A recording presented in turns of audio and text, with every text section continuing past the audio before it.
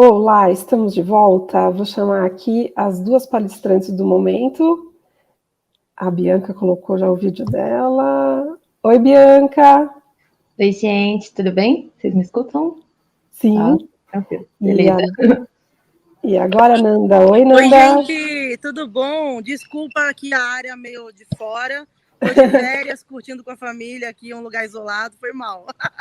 Imagina, foi engraçado porque eu achei que eu tava falando com a Nanda, eu falei, Nanda, o fuso, como a gente faz, né? Não se preocupa. Até semana que vem eu tô no Brasil.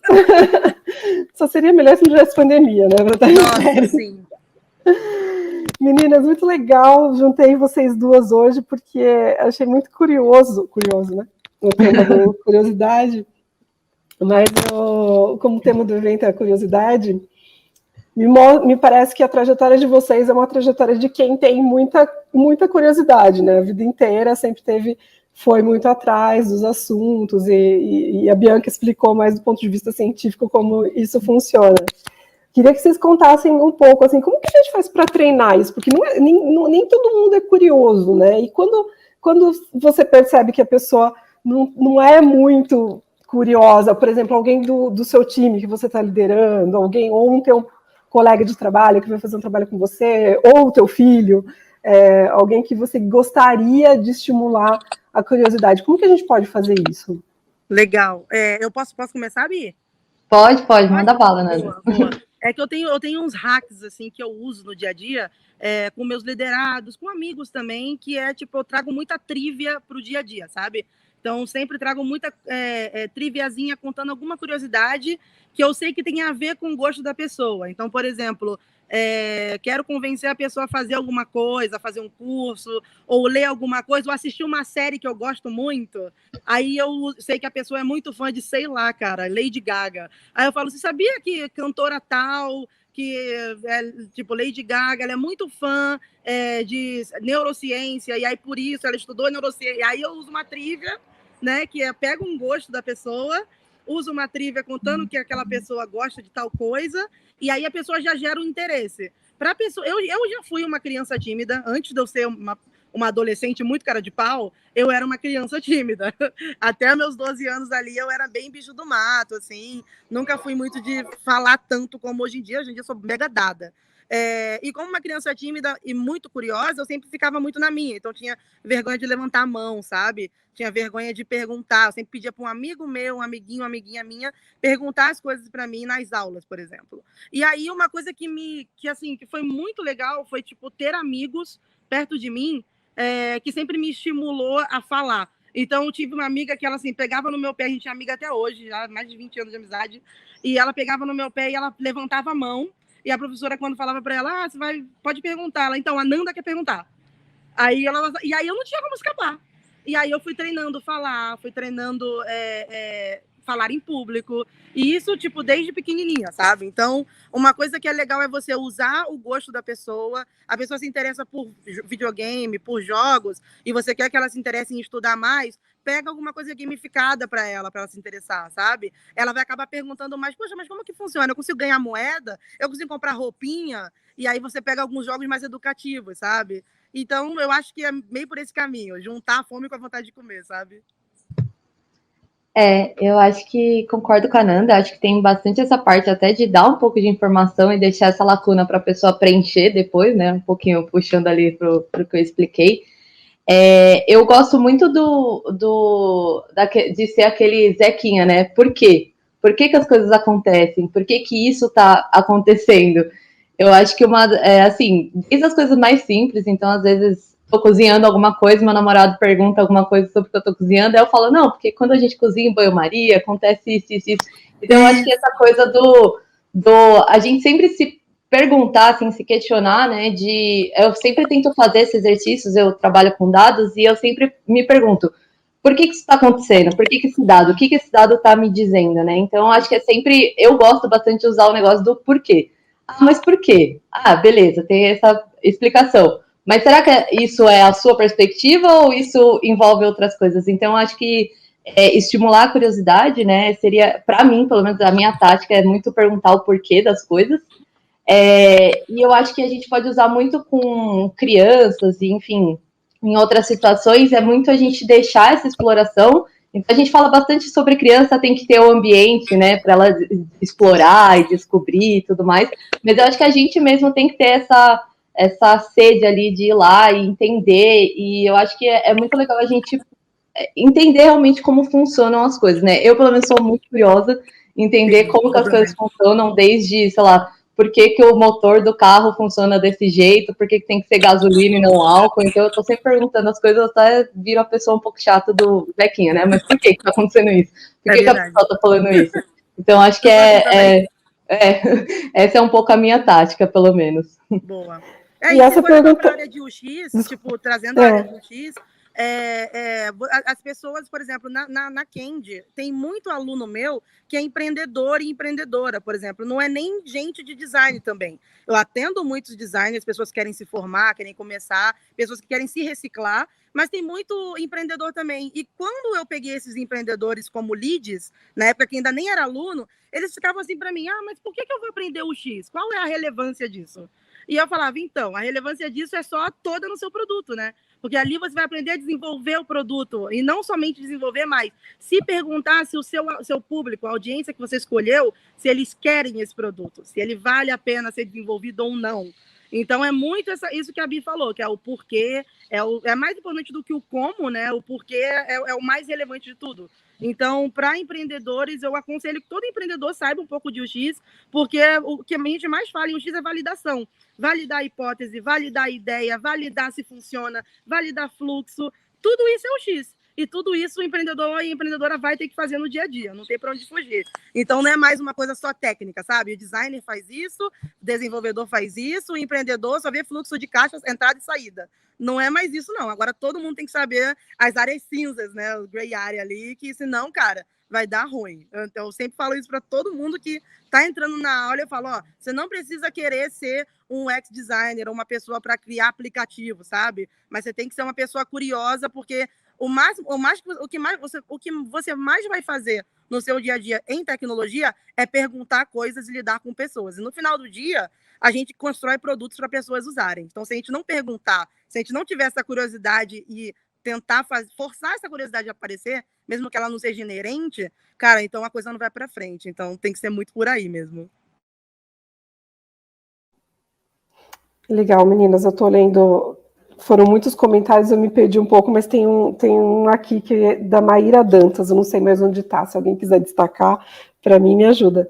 Ela perguntou para Bia, conta mais sobre a sua formação e sua experiência com pesquisa. Bom, a minha formação, na verdade, é em neurociência mesmo, né? O pessoal até pergunta, mas é graduação? E sim, gente, é graduação. Então, quem quiser saber um pouco mais, é na Federal do ABC. Então, é o primeiro curso de graduação do Brasil, né? Geralmente neurociência de pós. Mas é uma graduação. Eu comecei minha carreira na faculdade, eu ia fazer engenharia. E aí, quando eu vi o curso de neurociência, eu me apaixonei. E era o que eu queria, né? Realmente. Comecei a fazer algumas aulas, flertar ali. E aí decidi fazer neurociência. E é um curso muito bacana, porque ele é bem focado em pesquisa. Então, eu tive a oportunidade de fazer pesquisa científica na faculdade, né? Trabalhei com percepção de tempo, então a gente queria ver se os ratos têm percepção de tempo, ratos percebem tempo, assim como a gente percebe. Eu sempre falo isso, as pessoas falam, mentira, sério? Sim, ratos têm. Eu trabalhava com comportamento animal, né? Tanto percepção de tempo quanto memória, mas a neurociência ela é bem ampla, né? Então a gente aprende bastante sobre psicologia comportamental, a gente aprende bastante sobre cognição, entra também toda a parte de neuroanatomia, biologia e tudo mais. E eu acabei indo para a área de dados, porque acho que é um jeito de você analisar comportamento é com dados, né? Então, ali na minha experiência com pesquisa na faculdade foi basicamente isso, né? Com comportamento animal. Só que no mercado de trabalho eu tive a oportunidade de trabalhar com pesquisa em UX, inclusive, né? Eu trabalhava na parte qualitativa, mas eu era um braço também ali na parte quantitativa, desculpa, analisando dados, mas eu era um braço ali da parte qualitativa. E eu acho que tem tudo a ver também com neurociência, então a gente entender, né? Trabalhei em serviço financeiro, né? No Banco Original, e a gente entender por que as pessoas, como que elas vão pegar um empréstimo. Nossa, Desculpa, gente, trovão.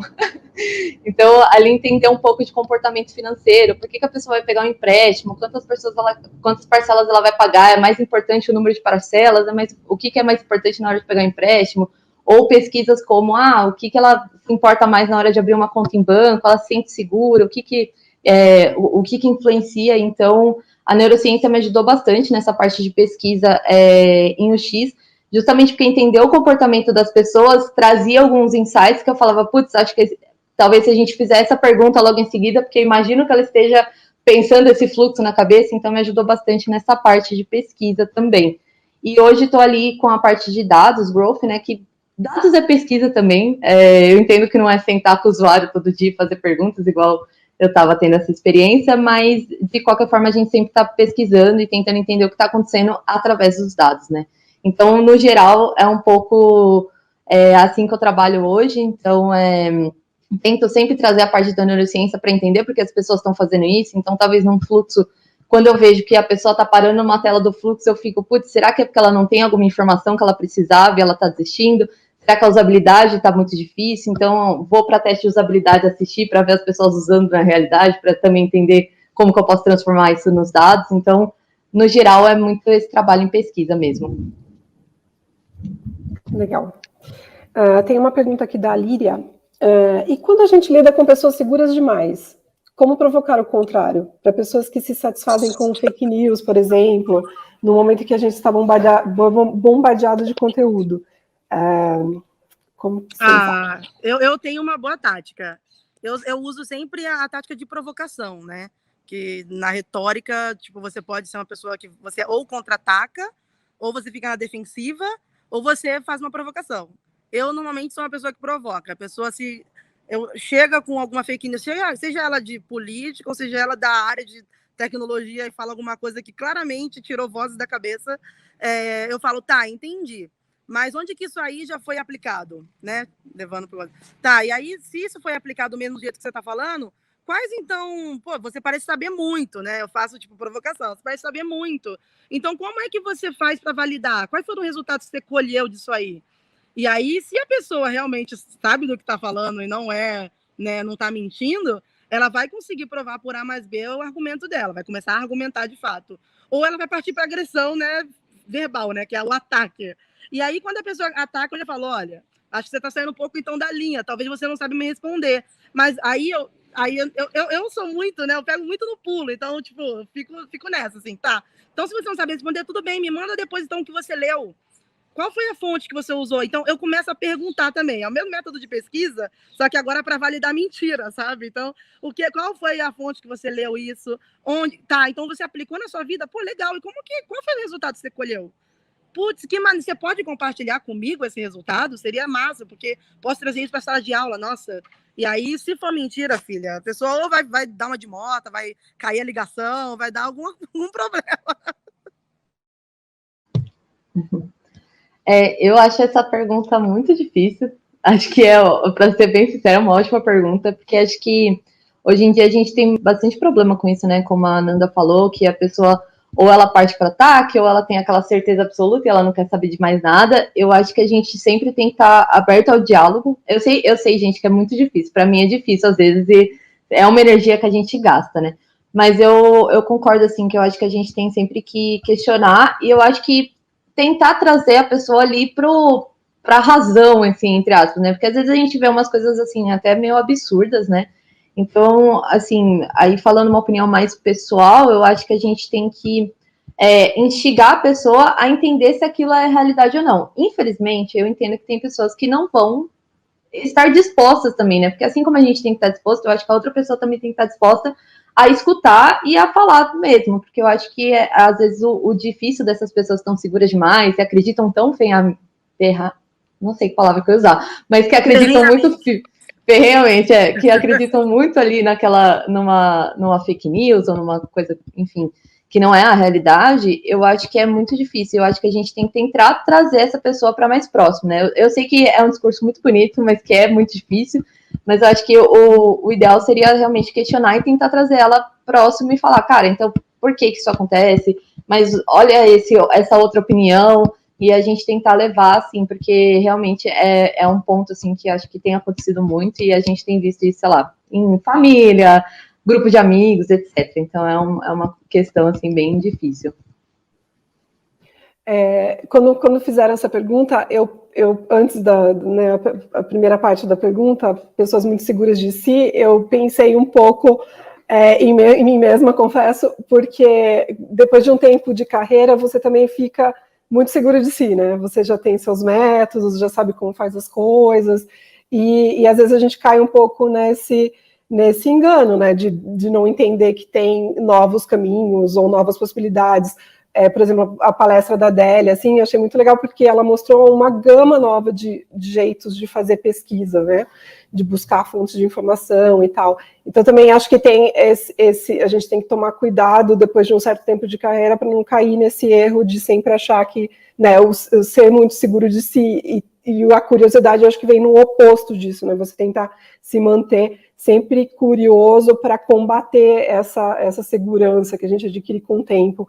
E também ter vocês, pessoas jovens na carreira, para instigar a gente a ficar fazendo perguntas. Eu ia falar isso agora. Eu acho que se armar de pessoas, né, mais jovens do que a gente, que está começando, ou que já está na área trilhando o próprio caminho, é uma coisa muito boa, porque todo dia tem tecnologia nova, sabe? Todo dia tem metodologia nova saindo. A gente não sabe tudo. Daqui a 2 anos, tudo que a gente sabe agora já vai estar muito defasado, né? Já vai estar muita coisa que não vai dar para usar.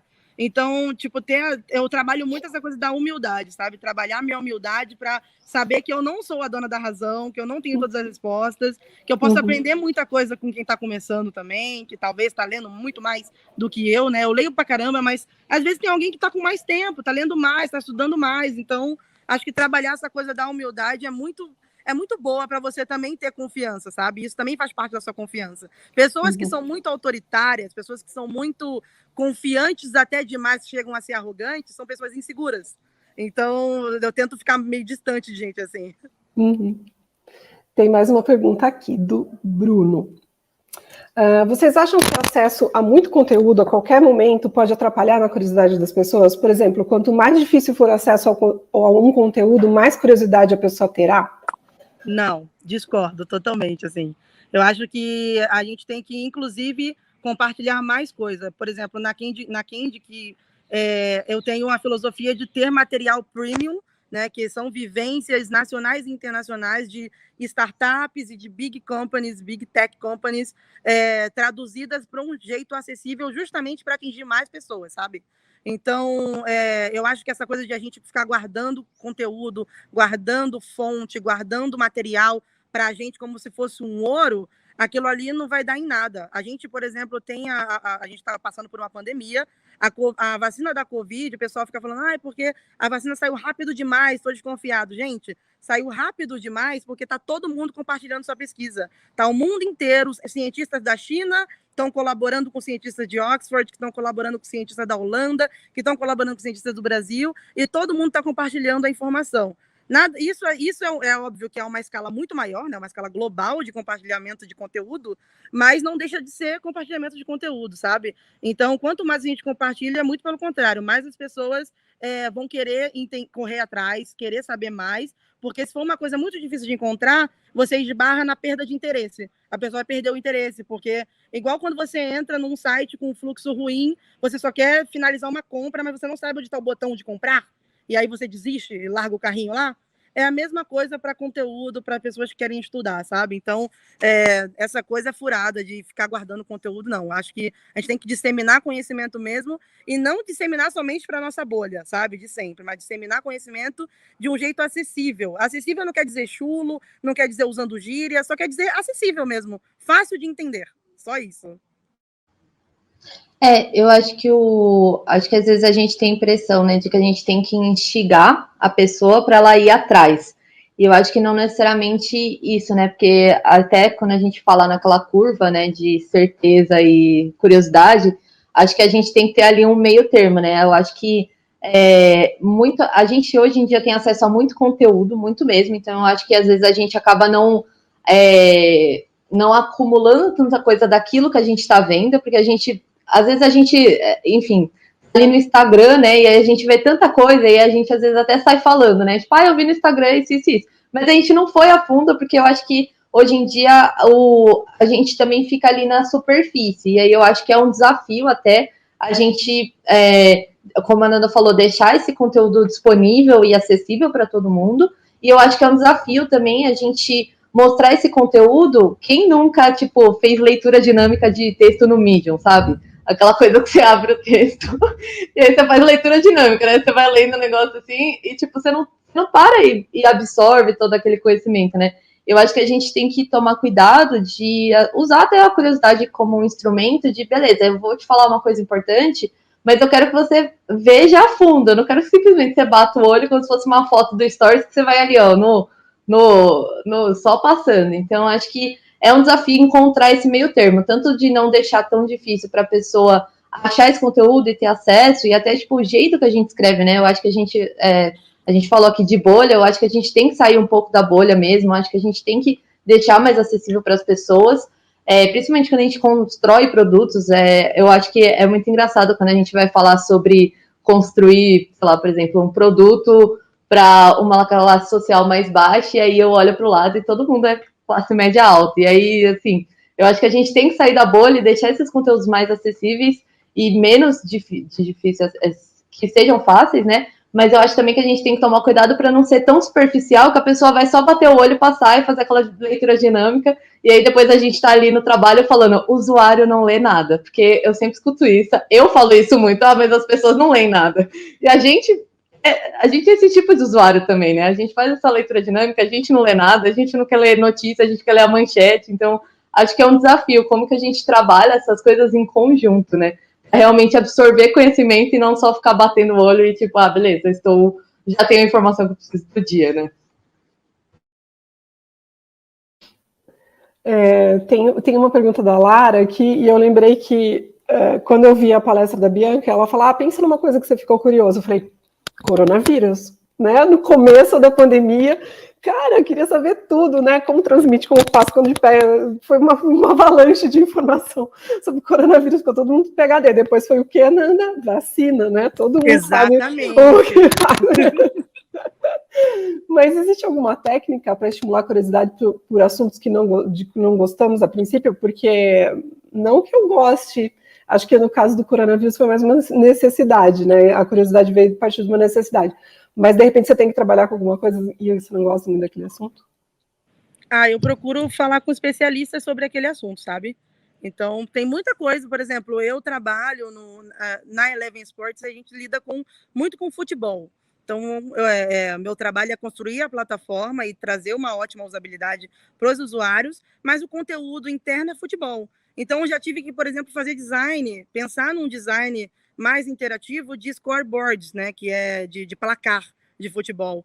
E eu não entendo nada de futebol. Não sei vocês, mas eu não entendo nada. Eu odeio futebol, não gosto muito, não entendo nada. E é um assunto que eu preciso, né, me inteirar pelo menos um pouco para poder desenhar uma experiência que seja satisfatória para o usuário que eu estou tentando atingir. E aí o que eu faço? Eu vou conversar com quem entende e com pessoas que eu sei que vão me explicar tintim por tintim, sabe? Então, eu não me interesso muito por música, né? Não conheço ninguém que não se interesse, mas não me interesso muito por música. Então, beleza, vai conversar com músicos que você conheça, pessoas que têm personalidades muito legais, que você se identifica, faz pergunta para eles, pessoas que não vão te expelir, sabe? Porque já é um assunto que você não domina, que você não curte. E aí, se você ainda for procurar em fontes que não vão ser agradáveis também de colher informação, aí fica ruim, sabe? Então, sempre, tipo, beleza, futebol, vou em fontes que vão ser acolhedoras, vão ser esclarecedoras para mim, e que eu vou pelo menos sair de lá não gostando de futebol ainda mais, informada sobre o que acontece, como que funciona e tudo mais. Então, sempre escolho fontes legais para poder tirar essa informação. É o jeito que eu tenho para lidar com informações de coisas que eu não curto tanto. Eu acho que é aliar essa parte de necessidade, como você comentou, Ana. Acho que ali o coronavírus foi uma necessidade, todo mundo precisava saber sobre aquilo para se proteger.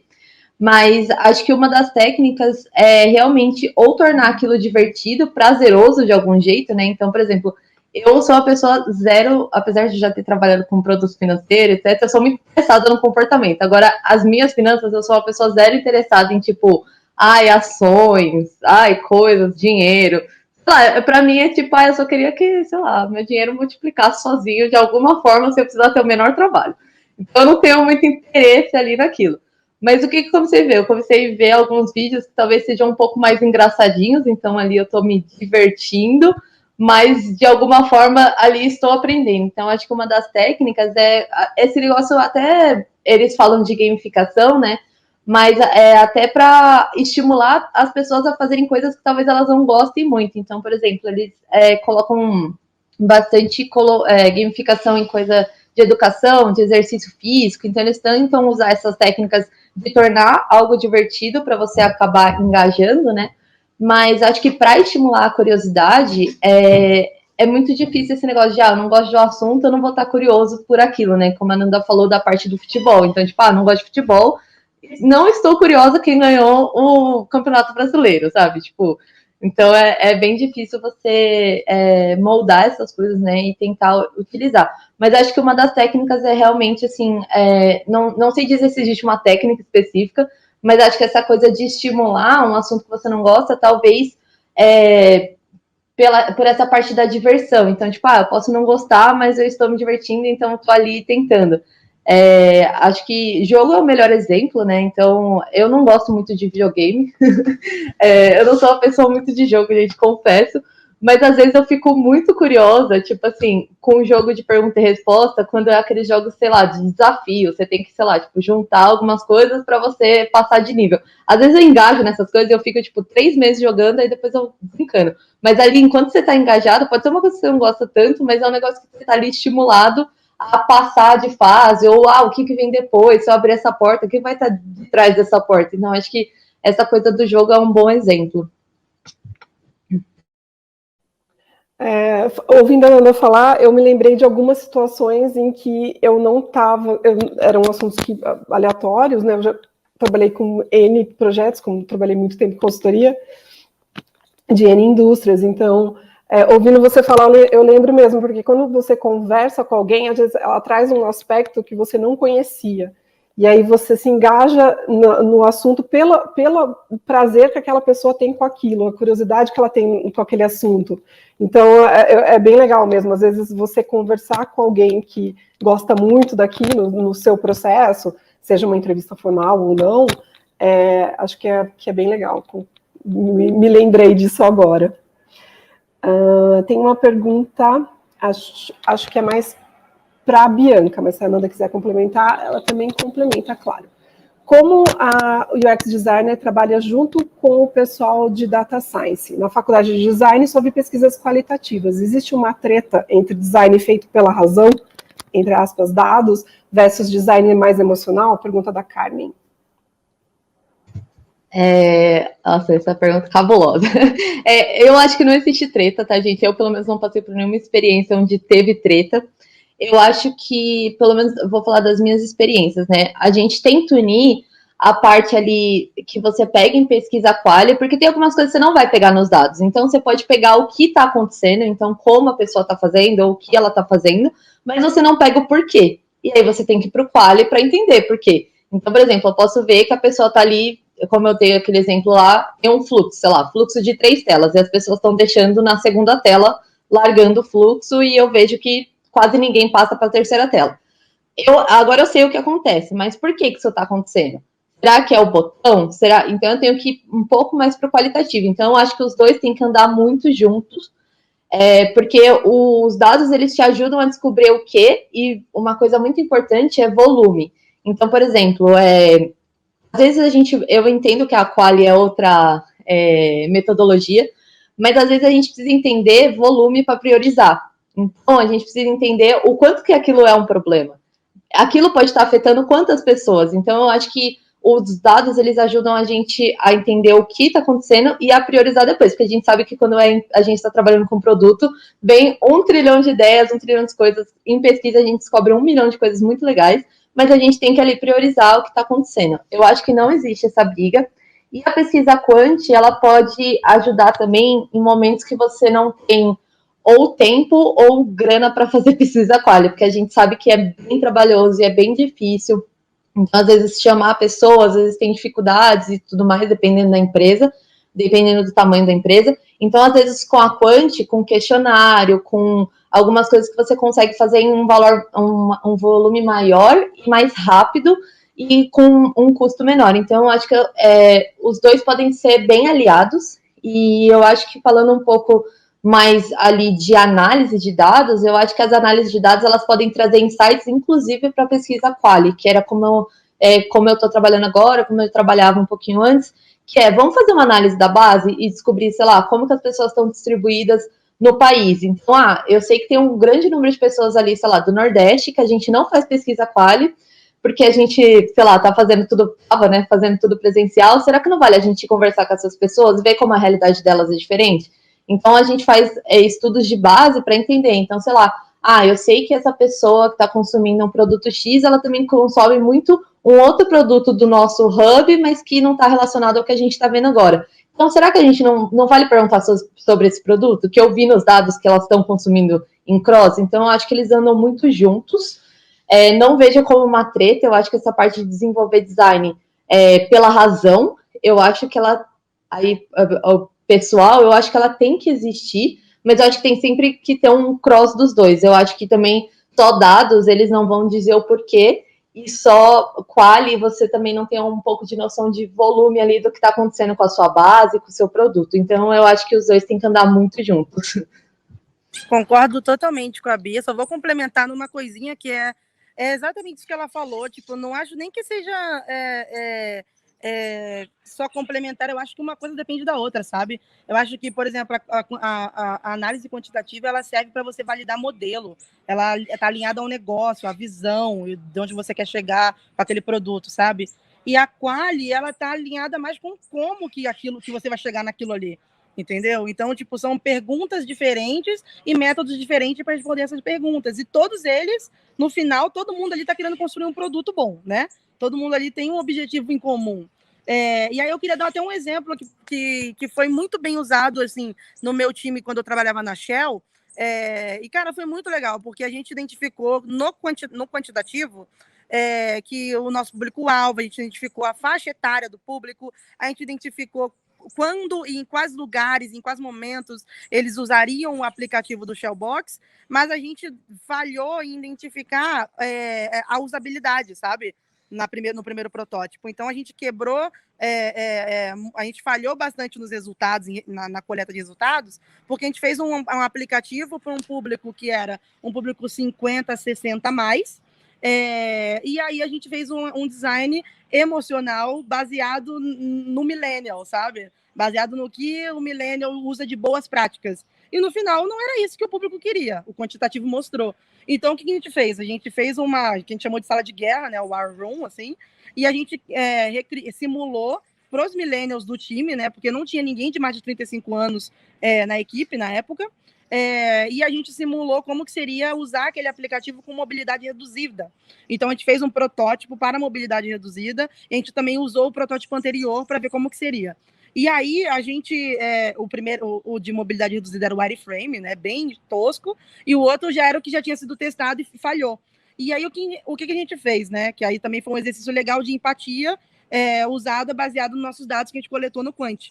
A gente comprou plástico bolha, pegou aqueles óculos de construtor de proteção, pegou plástico bolha, envolveu eles, a gente pegou elástico, colocou nos dedos, para os dedos ficarem bem juntinhos, e a gente começou a usar o celular, usar o aplicativo, o protótipo, como se a gente tivesse mobilidade reduzida, com a visão piorada, com a mobilidade das mãos piorada, e a gente identificou, cara, nesse exercício, que os nossos ícones estavam muito pequenos, que as cores estavam numa prioridade muito ruim, numa escala muito ruim, que a nossa tipografia estava menorzinha, então pessoas de 60 a mais não iam conseguir enxergar. Várias coisinhas que a gente pega no quali, mas que são direcionais vindo do Quant, entendeu? Então, é uma coisa que não somente complementar, mas como eu acho que depende mesmo uma coisa da outra.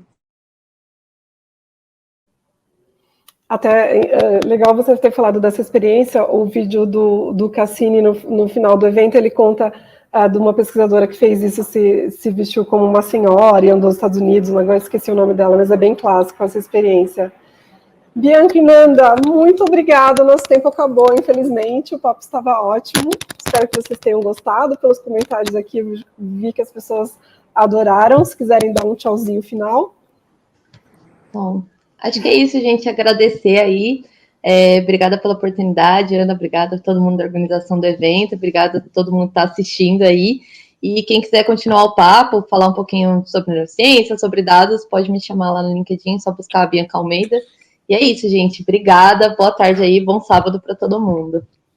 E eu também, gente. Obrigada mesmo pelo convite. Assim, caiu no colo e eu abracei, como todas as oportunidades que eu faço, que eu pego e agarro. Então, muito obrigada por esse espaço, pela generosidade da gente poder deixar nossa mensagem aí como profissional e como pessoal para o mundo também. E, cara, eu tô nas redes, tô no Clubhouse, tô no Instagram, tô no LinkedIn, respondo todo mundo. E é isso, vamos trocar ideia. Eu vi que tem mais perguntas aí, gente. Chama lá no direct, que eu todo dia abro caixa de mensagem. Todo dia eu respondo direct, então tô por aí também. E eu vou deixar minha rede que eu mais uso, que é o Instagram, é o nanda.carvalhos, né, no plural, Carvalhos no plural. Me encontra lá, a gente troca ideia e é isso. Um beijo, gente. Obrigada. Super obrigada, meninas. Beijos. Até mais.